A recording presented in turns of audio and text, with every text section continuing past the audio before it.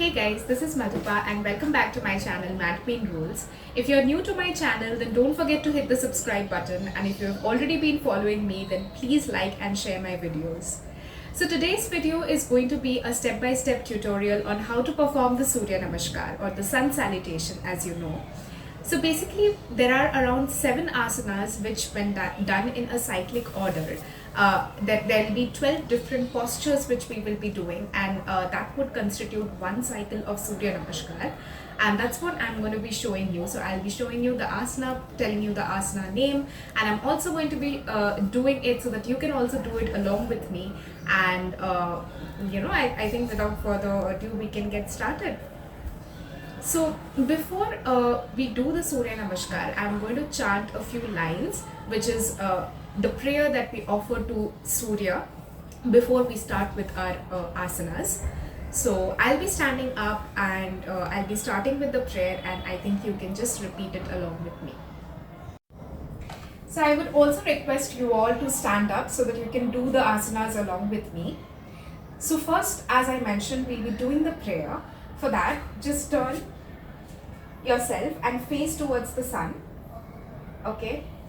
Tighten all the muscles of your body, especially your thigh muscles.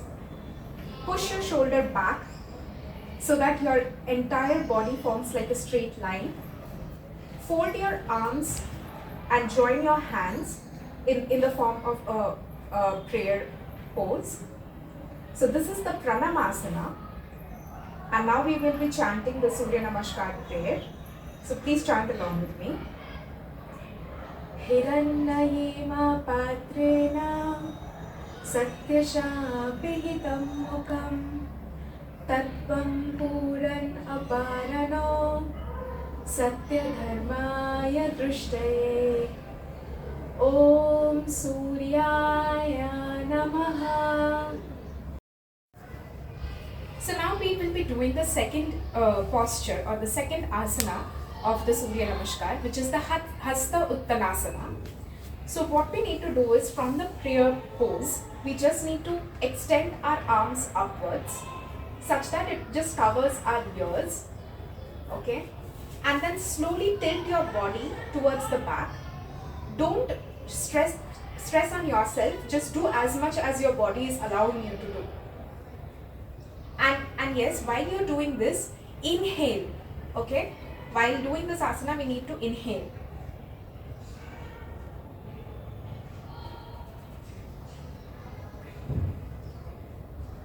Okay? So that was the second asana of Suryanamaskar. So now that we are done with the second posture, which kind of ended over here, we need to slowly lower our arms and try to touch the floor with your palm, and also try to touch your forehead to your knee. This posture will be known as Uttanasana. Okay? Again, don't stress on your body. If you're not able to touch your forehead to your knee, that is also fine. Just be there and ensure that your back is straight. That is most important. Okay? Even if you're not able to touch the ground, that is not a problem. But ensure your back is straight while you're doing this. And again, while doing this asana, ensure that you exhale. So the first time when we went back, it was inhalation, and now we will be exhaling. Okay? So please do along with me. So from here, we will be coming down. Observe my back. I'm not bending my back. Right? And I'm touching the ground. And slowly I'm trying to touch my head to the knee.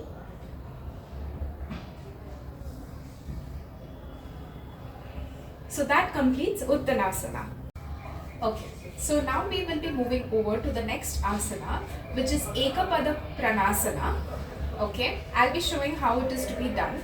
But before we jump onto that, I would like to say that there is an order in which this particular asana is done, like which leg should move backwards, which time.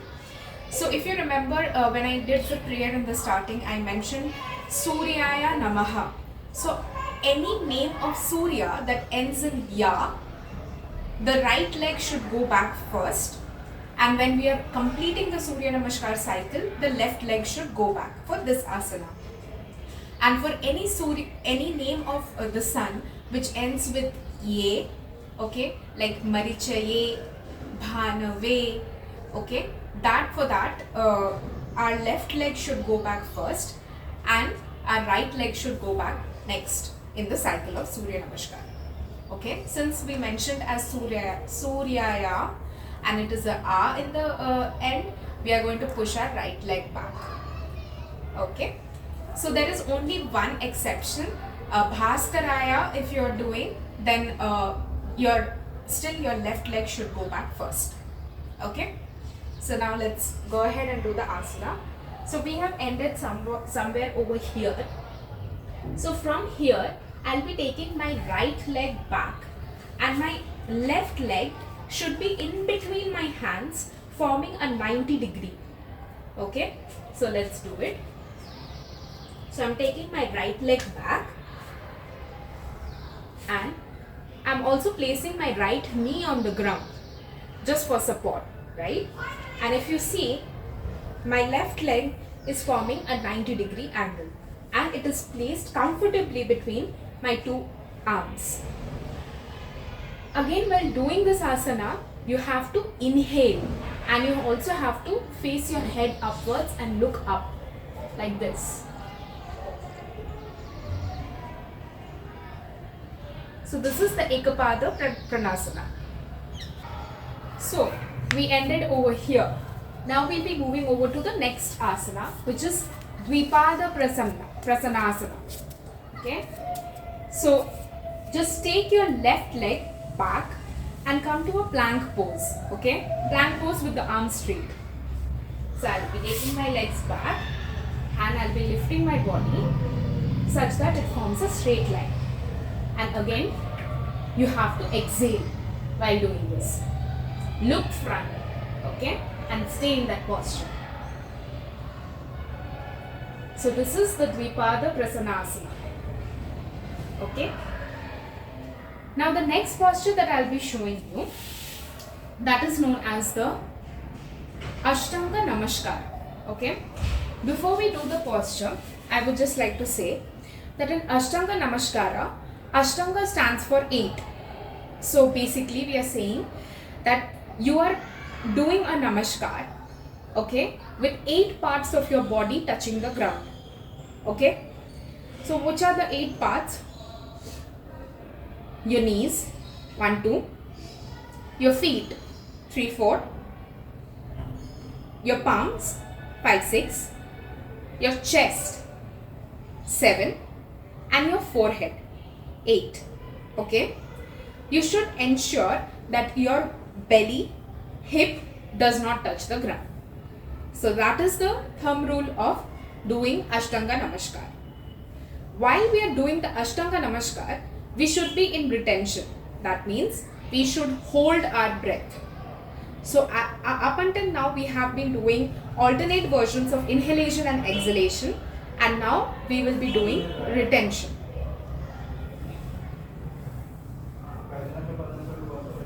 Okay, so let's do from this pose. I'll be doing the Ashtanga Namaskara. I'll lower my knees first. Okay, and then I'm going to lower my body down. Okay, my chest is now touching the ground and I'll make my forehead touch the ground. Keep your arms very close to your body and retention. So stop your breathing. Now from Ashtanga Namaskara, you slowly have to lift your body up.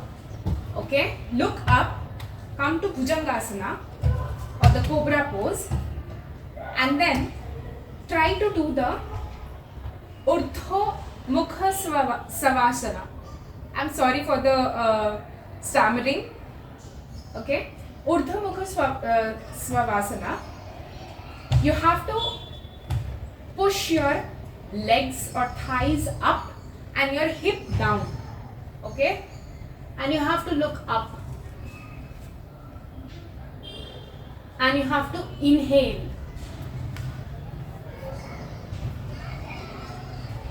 Okay, so this is the Urdhva Mukha Shavasana. Okay,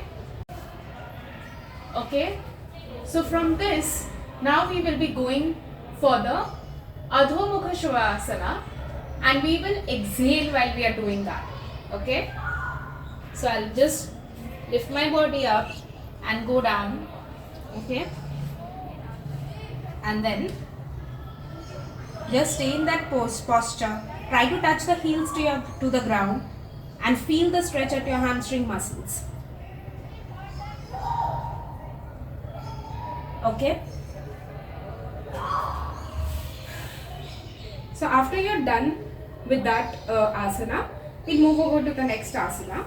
So where we were here. Now from here, we will be pushing our left leg back and coming to Ekapada Prasanasana once again. Okay, so left leg stays back, right leg comes in front. Okay, and again your right leg should form a 90 degree and look up and inhale. Okay, now from here you have to perform the Uttanasana. So lift your left leg up and bring it in line with your right leg, and then again try to do the same. Try to touch the hand to the ground and try to touch your head to your knee. So I'll get up like this and I'll come back here. Okay, my hands are on the ground, and then once more try to touch my forehead to the knee. So that is Uttanasana. From Uttanasana, again raise your arms back, Hasta Uttanasana.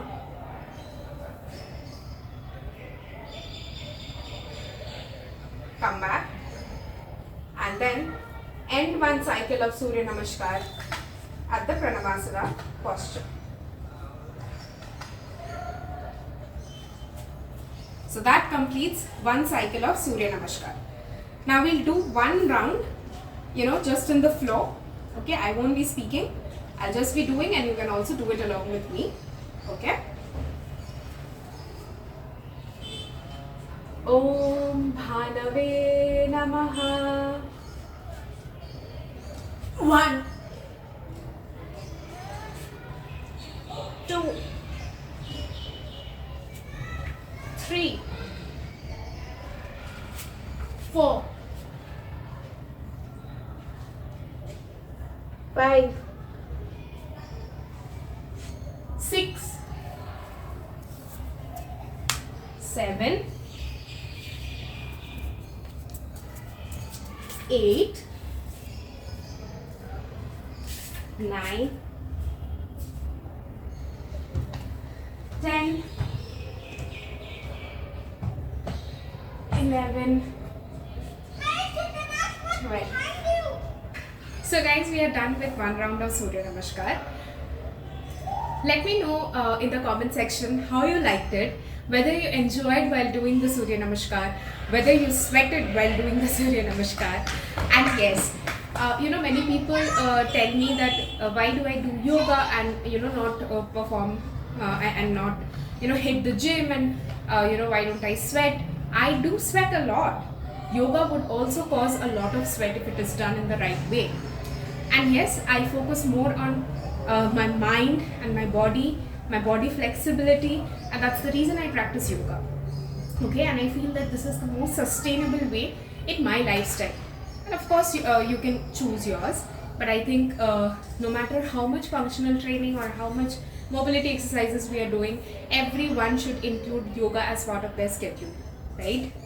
And especially the exercises of inhalation and exhalation kinds of cleanses your entire respiratory system as well.